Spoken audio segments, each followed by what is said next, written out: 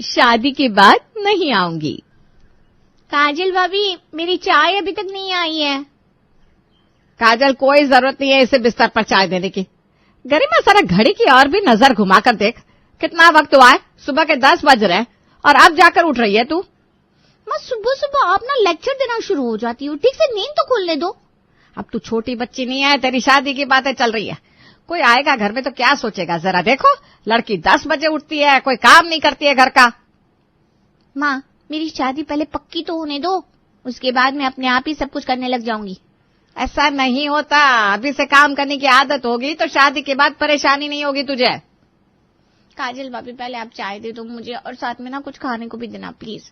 और चित्रा भाभी से कहो ना मेरे लिए गर्म पानी तैयार रखे। ये लो तुम्हारी चाय। वो गरिमा कह रही है कि हाँ रख दिया है उसका पानी गर्म करने। अब तो हमें आदत ही हो गई है।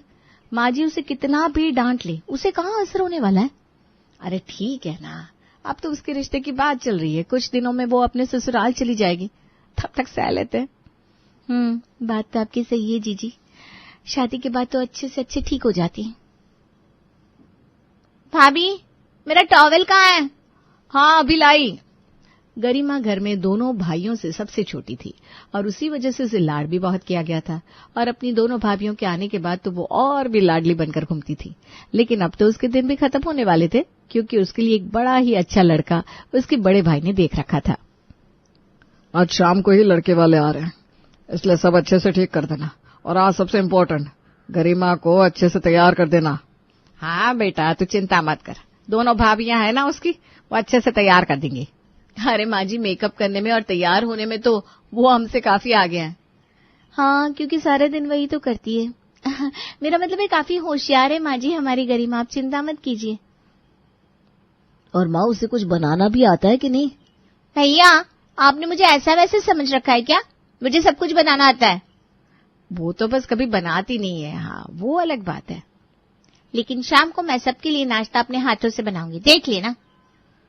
हाँ भाई, सब कुछ अच्छे से बनाना, जिससे लड़के वाले तेरे हाथ का नाश्ता खाते ही खुश हो जाए और तुझे पसंद कर ले।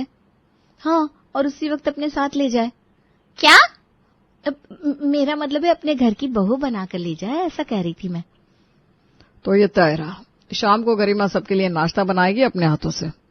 गरिमा ने इस बार खुद से कहा था कि वो सब कुछ बनाएगी, लेकिन उसकी भाभियों को लग रहा था कि वो कुछ नहीं कर पाएगी, क्योंकि घर में वो ज्यादा काम करती ही नहीं थी।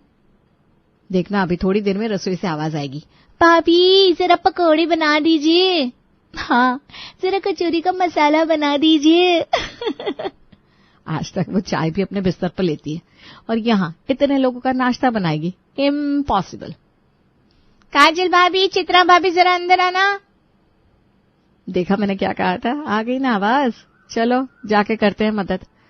काजल और चित्रा गरिमा की आवाज देने पर रसोई में जाती है, लेकिन यहाँ का नजारा तो बिल्कुल अलग था।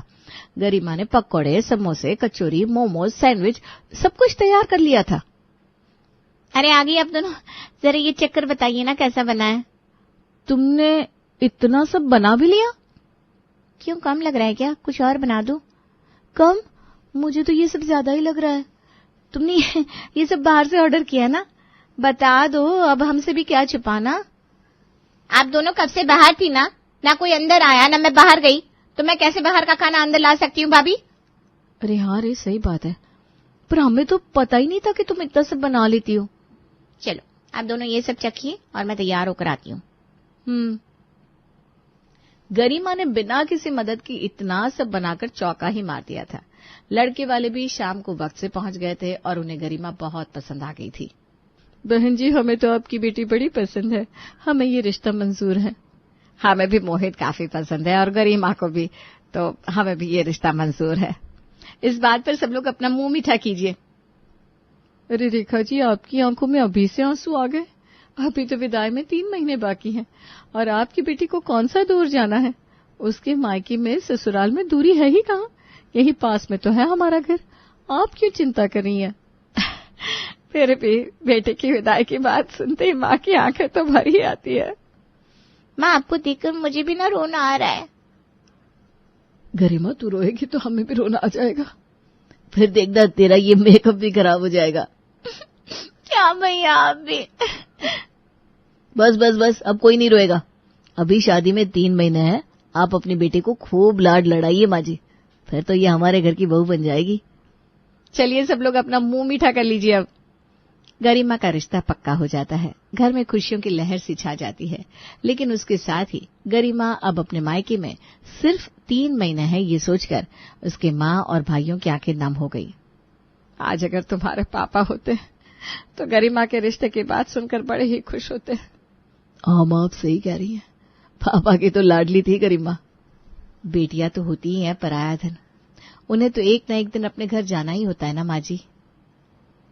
अब मैं तो 3 महीनों में जाने ही वाली हूँ, इसलिए इन 3 महीनों में मेरी हर इच्छा पूरी करना आप सब लोग। अरे तू बोल तो सही, क्या चाहिए तुझे? तू कौन सा फिर आने वाली है मायके? हाँ हाँ बोल, क्या चाहिए तुझे? वो तो आपकी बात सही है कि मैं कौन सा मायके फिर से आने वाली हूँ, इसलिए भैया एक काम करो, आज मुझे ना वो बनारसी आइसक्रीम खानी है, वो हाथ से बनाते ना। वो आइसक्रीम जो अभी काफी मशहूर हुई है। लेकिन वो तो हमारे घर से 2 घंटे दूर है। आप मेरी इतनी सी भी इच्छा पूरी नहीं कर सकते भैया, मेरी शादी हो जाएगी फिर कौन सा मैं यहाँ आने वाली हूँ। अच्छा अच्छा चल ठीक है, मैं और भैया जाते हैं और लेकर आते हैं। 2 घंटे जाने में लगेंगे, 2 घंटे आने में, 4 घंटे सिर्फ आइसक्रीम लाने में लगेंगे। इतने में आइसक्रीम पिघल नहीं जाएगी। एक काम करते हैं, बर्फ का छोटा सा बॉक्स लेकर जाते हैं, उसमें आइसक्रीम ले आएंगे। ठीक है, अब बहन के लिए इतना तो कर ही सकते हैं। गरिमा की शादी तय होते ही उसके नखरे पहले से 100 गुना ज्यादा बढ़ गए थे और उसका काम करवाने का तरीका बड़ा सिंपल था। कौन सा? यही सोच रहे ना? अरे मैं आपको बताती नहीं हूँ, दिखा देती हूँ, चलिए। अरे मैं कौन सा वापस आने वाली हूँ शादी के बाद आपके हाथ के अचार पापड़ खाने, इस पर बना दो ना प्लीज। अरे अचार पापड़ बनाने में बहुत मेहनत लगती है बेटा। पहले अचार और पापड़ का मसाला बनाओ, उसके बाद उन्हें धूप में सुखाओ, तब जाकर कहीं बनते हैं। माँ, अब मैं इस घर में बस 3 महीने हूँ, उसके बाद तो मुझे मौका ही नहीं मिलेगा आपके हाथ के अचार पापड़ खाने का। बना दो ना इस बार। ये तो ऐसे बात करती है जैसे लंदन शिफ्ट होने वाली है। हाँ, अब इतना इमोशनल कर देगी तो कोई भी वो काम कर ही देगा ना। अच्छा चल ठीक है, बस काजल बहू चलो चावल का आटा निकालो, मैं पापड़ का आटा बना देती हूँ और शाम को आम का अचार भी डाल दूंगी। ये हुई ना बात। तो देखा आपने, गरिमा का यही हथियार बन गया था कि शादी के बाद तो वो कहाँ अपने मायके आ पाएगी, इसलिए वो अपनी हर एक इच्छा सबसे पूरी करवा रही थी। अब तक तो उसने सिर्फ अपने भाइयों को ही हल्की फुल्की चीजें कही थी लेने के लिए, लेकिन अब उसने कुछ ऐसा कहा जिसे सुनकर उसकी भाभियां ही जल बुनकर राख सी हो गई। देहरादून घूम के क्या करेगी तू? अरे माँ, मैं कौन सा मायके में वापस आने वाली हूँ, भैया प्लीज मुझे घुमा लाओ ना देहरादून। अरे लेकिन देहरादून यहाँ थोड़ी ना है गरिमा, उसके लिए टिकट्स बुक करवाने पड़ेंगे, 4-5 दिन लगेंगे। हाँ तो आप और मैं चलते हैं ना प्लीज भैया, मेरा बड़ा मन है, चलते हैं ना। अच्छा अच्छा चल ठीक है, मुझे जरा टिकट्स देखने दे। देखा, आज तक इन भाइयों ने हमें बाजार तक नहीं घुमाया और अपनी बहन को देहरादून घुमाने ले जा रहे हैं। हाँ भाभी, मैं तो शादी के बाद हनीमून पर भी नहीं गई थी और ये तो शादी के पहले ही घूमने जा रही है। और मेरे पति को देखो कैसे टिकट्स देख रहे हैं। ऐसा नहीं कि मुझसे भी कह दे, चलो काजल तुम भी। एक काम करो काजल। हाँ बोलिए ना, मैं तैयार हूँ। मेरा सामान पैक कर दो, मैं गरिमा को देहरादून घुमा लाता हूँ। थैंक यू भैया। भाभी प्लीज आप मेरा भी सामान पैक कर दीजिए ना। लेकिन मुझे क्या पता कि तुम्हें क्या ले जाना है। भाभी मैं आपको बताती जाती हूँ, आप सामान पैक तो करिए। तुम मुझे बैठकर बताती जाओगी, इससे अच्छा खुद ही पैक कर दो ना सामान। भाभी अब मेरा इतना सा काम नहीं कर सकती, फिर काम मैं आप दोनों को परेशान करने वाली हूँ। मैं तो चली जाऊंगी ससुराल, फिर आप दोनों यहाँ जो चाहे कर सकती हैं। हाँ भैया ठीक ही कह रही हो, लाओ कर देती हूँ तुम्हारा भी सामान पैक। और हाँ, आपका वो जो ब्लू बैग है ना, वो भी आप मेरे लिए निकाल दीजिएगा, वो काफी बड़ा है, मेरे सारे कपड़े उसमें आ जाएंगे। जी, और कुछ भी हो तो बता दीजिए ना अभी से। नहीं और कुछ होगा तो मांग लूंगी आपसे बाद में। हाँ वो तो मुझे पता ही है कि तुम मांग लोगी। कुछ कहा क्या आपने भाभी? नहीं, मैं ये कह रही थी कि और कुछ याद आए तो बता देना। चलो अब तुम्हारी पैकिंग कर देती हूँ। गरिमा अपनी शादी से पहले हर किसी से कोई ना कोई काम करवा रही थी और घर वाले भी यही सोच रहे थे कि अब तो बस ये 3 महीने है यहाँ, इसलिए कोई भी गरिमा को किसी भी चीज के लिए मना नहीं कर रहा था। गोंद के लड्डू, ड्राई फ्रूट्स के लड्डू, खजूर के लड्डू, घेवर, रसमलाई, बस इतना ही है? बस है? ये सब तुम्हें आज खाने की इच्छा है? हाँ भाभी, अब कुछ ही दिनों में तो मेरी शादी है, उसके बाद पता नहीं कब मैं आपके हाथ का खाना खा पाऊंगी, इसलिए मैं ये सब ना आज ही खाना चाहती हूँ। लेकिन इतना सब बनाने में सुबह से रात हो जाएगी। कोई बात नहीं भाभी, अब धीरे धीरे एक एक चीज बनाती जाइए, मैं रात तक थोड़ा बहुत खाती जाऊंगी। मैं ये कह रही थी कि अगर तुम्हारी बहुत इच्छा है तो बाहर से मंगवा दे। ये पास में नट्टू हलवाई है ना, वो बड़े अच्छे लड्डू बनाता है। अरे चित्रा भाभी, आपके जैसे लड्डू कोई बना ही नहीं सकता। अब मैं जानती हूँ आपका भी बड़ा मन है ना मुझे अपने हाथ के लड्डू और घेवर खिलाने का। मैं आपका मन कैसे तोड़ सकती हूँ, बना दीजिए, चलिए मैं खा लूंगी। तुम्हें मेरे मन के बारे में कैसे पता कि मेरा मन रो रहा है? मैंने सुन लिया ना भाभी, आप यही कह रही है ना कि मेरा मन रो रहा है? हैं? नहीं, वो तो मैं। भाभी आप मेरे लिए अभी से रो रही हैं, मैं भी कुछ दिन तक हूँ यहाँ, आप रोए मत। मैं आपके हाथ की सारी रेसिपीज खाए बिना विदा नहीं होंगी, पक्का। हाँ, क्यों नहीं। चित्रा को सारी मिठाइयां बनाते बनाते सुबह से रात हो गई और उसकी हालत अब खस्ता हो चुकी थी। तू ठीक तो है चित्रा? भाभी, इसकी विदाई में अब कितने दिन बाकी है? अरे चिंता मत कर, बस कुछ ही दिन है। फिर ना तो इसे बिस्तर पर चाय देनी पड़ेगी और ना ही ये घेवर बनेंगे।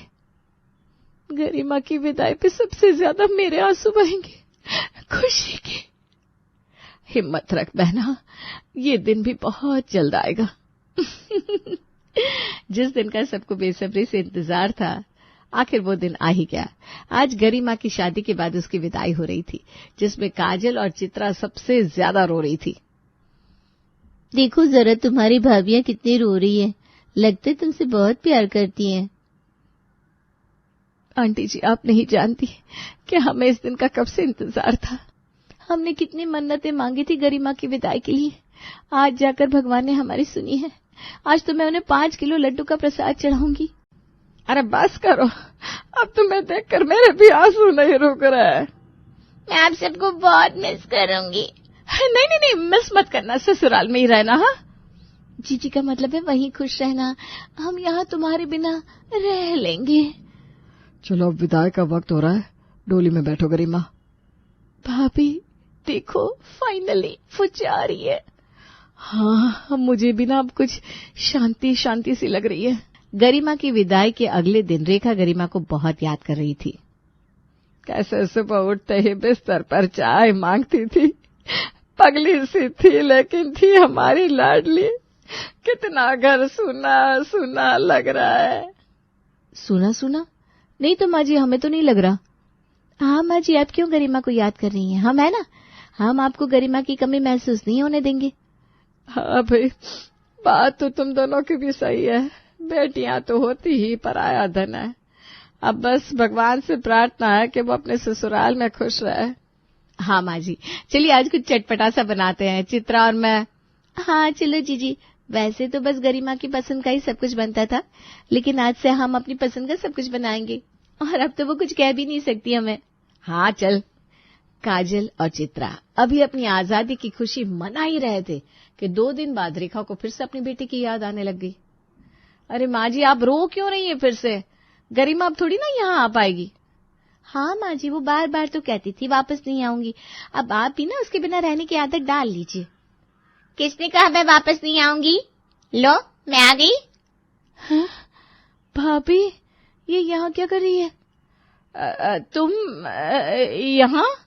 आप सब मुझे बहुत याद कर रहे थे ना।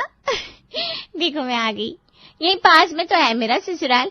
आपको मेरी याद आए और मैं ना आऊं, ऐसा कैसे हो सकता है? कहा था माँ जी, इतना मत याद कीजिए इसे। अरे भाभी, आपके हाथ की चाय पिला दीजिए, और क्या बनाया है आज नाश्ते में वो भी थोड़ा दे दीजिएगा। अब मैं यहाँ कौन सा रोज रोज आने वाली हूँ। रेखा, चित्रा और काजल तीनों अपना सर पकड़ लेती हैं। माया एक बहुत ही सीधी सादी और सरल स्वभाव की महिला होती है। उसका पति था पंकज। पंकज को माया बिल्कुल भी पसंद नहीं थी, जिस कारण वो हर समय बस माया से लड़ने के बहाने ढूंढा करता। एक दिन सुबह सुबह, माया, मेरा टिफिन कहाँ है और मेरे मोजे कहाँ रखे हैं? अभी तो सुबह के 6 ही बज रहे हैं। आपका ऑफिस तो 10 बजे का होता है ना? अभी तो मैं ऑलरेडी आधी नींद में हूँ। इस समय मैं चाय से ज्यादा आपको कुछ नहीं बना कर दे सकती। हाँ, 10 बजे का रहता है ऑफिस, लेकिन मुझे ऑफिस के काम से बाहर जाना है। अभी तो जल्दी उठना ही होगा ना। तो बताना चाहिए था ना रात में, मैं तैयारी करके रखती। कामचोर औरत, बस हर गलती मेरी ही होती है। तुझे तो बस काम से बचने का मौका मिलना चाहिए। तेरे बाप भाई के साथ ऐसे ही बर्ताव करती थी क्या? मेरे बाप भाई आपके जैसे नहीं थे, उनका नाम ही मत लीजिए। बहुत जुबान चलाने लगी है। एक दिन तेरी ये जुबान रेत दूंगा और इसे। फिर पंकज वहां से चला जाता है। वहीं बेचारी माया सुबह सुबह ही पति का ऐसा बर्ताव देखकर रो पड़ती है। पंकज कभी भी माया से अच्छे से बात तक नहीं करता था, हमेशा उससे उखड़ा उखड़ा सा रहता और बहुत बुरा बर्ताव करता। ऐसे ही एक दिन, थक गई होगी ना आज काम कर करके? बहुत ही। ला, आज मैं तुम्हारे हाथ पैर दबा देता हूं। नहीं, अच्छा नहीं लगता। लाओ ना, दबा देता हूं। तभी पंकज जोर से माया का हाथ पकड़कर दबा देता है, जिससे उसका हाथ लाल पड़ जाता है। आउच! दर्द हो रहा है, छोड़िए मुझे। ऐसे ही एक दिन दोनों मूवी के लिए गए होते हैं। मूवी बहुत अच्छी थी ना? हाँ, मजा ही आ गया। चलो आइसक्रीम खाते हैं। मुझे कोन नहीं पसंद, मुझे तो चोकोबार आइसक्रीम पसंद है जी। तभी पंकज माया के मुंह पर मारता है और पूरी आइसक्रीम उसके फेस पर लग जाती है। खा लो आप। एक बार दोनों घूमने जाते हैं। बाइक की जगह कार से आए होते तो ठीक रहता। कितनी ठंड है यहाँ ना। है ना? ठीक है, अब तुम पैदल ही घर आना, वरना तुम्हारा जो दूसरा पति होगा ना, उसे बुला लेना। ठीक है, जा रहा हूं मैं। अरे पर पंकज उसे वहां अकेला छोड़कर चला जाता है। माया कमरे में बैठी अपने इन्हीं ख्यालों में खोई थी कि तभी पंकज बाल्टी भरकर पानी उसके ऊपर डाल देता है। सुनाई देता भी है या कान से कि बैरी हो गई हो? जी बोलिए जी। कब से आवाज लगा रहा हूं, सुनाई भी नहीं देता। मेरे ऑफिस की जरूरी फाइल जो मैंने तुम्हें दी थी कहाँ है? हाँ, अभी लाई। फिर माया पंकज को फाइल देती है और पंकज वहां से चला जाता है। न ख्वाबों में चैन से जीने देते हैं, न असल जीवन में। जाने क्यों ऐसा हैवान पति मिला है मुझे। तभी पंकज वहां फिर से आ जाता है और माया की बातें सुन लेता है। मैं तुम्हें डिनर पर ले जाने के लिए बोलने वाला था, लेकिन तू उस काबिल है ही नहीं। न जाने किस मनहूस घड़ी में मैंने तुझसे शादी कर दी। इरिटेट हो चुका हूं मैं तुझसे। तेरी शक्ल देखकर ही रगों में नफरत की आग दौड़ जाती है। नहीं, अब मैं तुझे इस घर में अपनी आंखों के सामने और बर्दाश्त नहीं कर सकता। फिर पंकज माया के गले से अपने नाम का मंगलसूत्र खींचकर तोड़ देता है। अब से तू मेरी बीवी नहीं है, विधवा है, विधवा। मैं मर गया तेरे लिए। जा, निकल जा यहां से। आज के बाद तू इस घर में और मेरे जीवन में कभी मत आना। इसके बाद पंकज माया को घर से निकाल देता है। माया ने शुरुआत से अंत तक हर मुमकिन कोशिश की उसके रिश्ते को बचाने की, लेकिन उसे कभी समझ में ही नहीं आया कि आखिर क्यों पंकज उससे इतना परेशान है। माया गलत है या पंकज में ही कोई खराबी है? जिसके बाद माया सब कुछ पीछे छोड़कर अपने मायके चली जाती है और कुछ दिनों के लिए वहीं रहकर जॉब करने लगती है, जिसके बाद कुछ पैसे आते ही वो अपने घर वालों से दूर चली जाती है। माया के जीवन में सब कुछ ठीक ठाक चल रहा था। वो पंकज की विधवा बनकर जीने की कोशिश कर रही थी कि उसी बीच माया की मुलाकात उसी के ऑफिस में काम करने वाले रजत से होती है और दोनों अच्छे दोस्त बन जाते हैं। फिर एक दिन, माया, एक बात कहूं, बुरा ना लगे तो? बोलो ना। तुम ये सफेद साड़ी क्यों पहनती हो? बस यूं ही। इसी तरह रजत जब भी माया से उसके बारे में कुछ पूछने जाता तो वो कभी नहीं बताती और वहां से चली जाती। फिर एक दिन जब दोनों ऑफिस में लेट नाइट तक काम कर रहे थे और बाकी सब जा चुके थे, माया बहुत देर हो चुकी है, हमें जाना चाहिए। हाँ चलो निकलते हैं।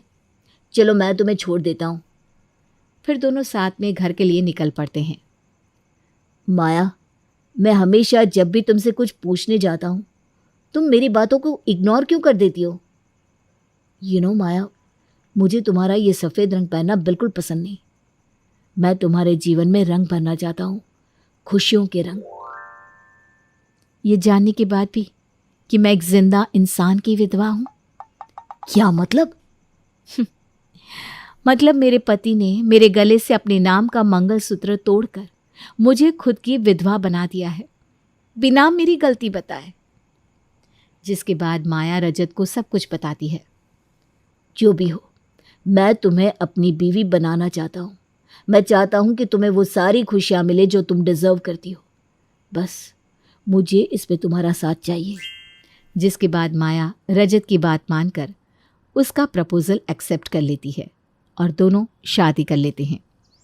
अब रजत की शादी माया से हो जाती है, लेकिन रजत के परिवार वाले माया को एक्सेप्ट नहीं कर पाते और उससे बहुत बुरा बर्ताव करते हैं। यहाँ तक कि आस पड़ोस वाले भी माया को ताना मारते। माँ जी चलिए, खाना तैयार है, आप गर्मा गर्म खाना खा लीजिए। जहर दे दे बहू थोड़ा सा, तुझे तो बहू बोलने में भी शर्म आती है। जो औरत पति के जीते जी विधवा होके दूसरी शादी कर सकती है, वो क्या नहीं कर सकती भला। सही कह रही हूँ माँ, भाभी ने भाई को न जाने कौन सी गुट्टी पिलाई है। भाई तो बस भाभी के ही गुण गाता है। वहीं एक दिन जब माया बाहर सब्जी लेने जाती है, देखो तो जिंदा पति की विधवा है ये। अरे ऐसी औरतें ही तो घर वालों का नाम खराब करती है। पति के जीते जी पहले विधवा बनकर घूमती थी, अब शांता जी के बेटे को फंसाकर उससे शादी कर ली। बड़ी नागिन होती है ऐसी औरतें, इनसे दूर रहने में ही भलाई है। फिर एक दिन, भाभी मेरी बहू की गोद भराई है, ज़रूर आना। लेकिन हाँ, अपनी वो कुलक्षणी बहू को लेकर मत आना, सब कुछ अशुभ हो जाएगा। वरना आपकी बहू तो है ही पनवती, पति के जीते जी उसकी विधवा बन गई, अब हमारे लल्ला को फंसा लिया। वहीं रजत हमेशा सबकी बातें गौर करके सुनता, कैसे वो माया को ताने मारने में कभी पीछे नहीं हटते और बेचारी माया सब कुछ यूं ही चुपचाप सुनती रहती। बस करो बुआ, इनफ हुआ। आप लोगों को क्या पता कि माया ने जिंदगी में कितने दुख सहे हैं। हर औरत की जिंदगी एक जैसी तो नहीं होती ना। आप लोगों को अच्छा कैरिंग पति मिला, अच्छा ससुराल मिला, तो आप लोगों को कहाँ किसी का दर्द समझ में आएगा। वो तो जिस पर बीतती है वही जानता है। माया को किसी आदमी की विधवा बनने का कोई शौक नहीं था। उसके पति ने खुद उसके गले से मंगलसूत्र निकाला था। वैसे भी वो शादी एक धोखा थी। यही है माया की पहली शादी और माया मेरी पहली पत्नी है। अब इसके बाद मैं अपनी बीवी के खिलाफ एक शब्द नहीं सुनना चाहता। जिसके बाद फिर कभी किसी की हिम्मत नहीं होती कि वो माया को कुछ भी बोले। वहीं पड़ोसनों का मुंह भी बंद हो जाता है और रजत के कारण माया के जीवन में वो खुशियाँ आती हैं जो वो डिजर्व करती थी। फिर दोनों खुशी से रहने लगते हैं और धीरे धीरे रजत के घरवाले भी माया को एक्सेप्ट कर लेते हैं।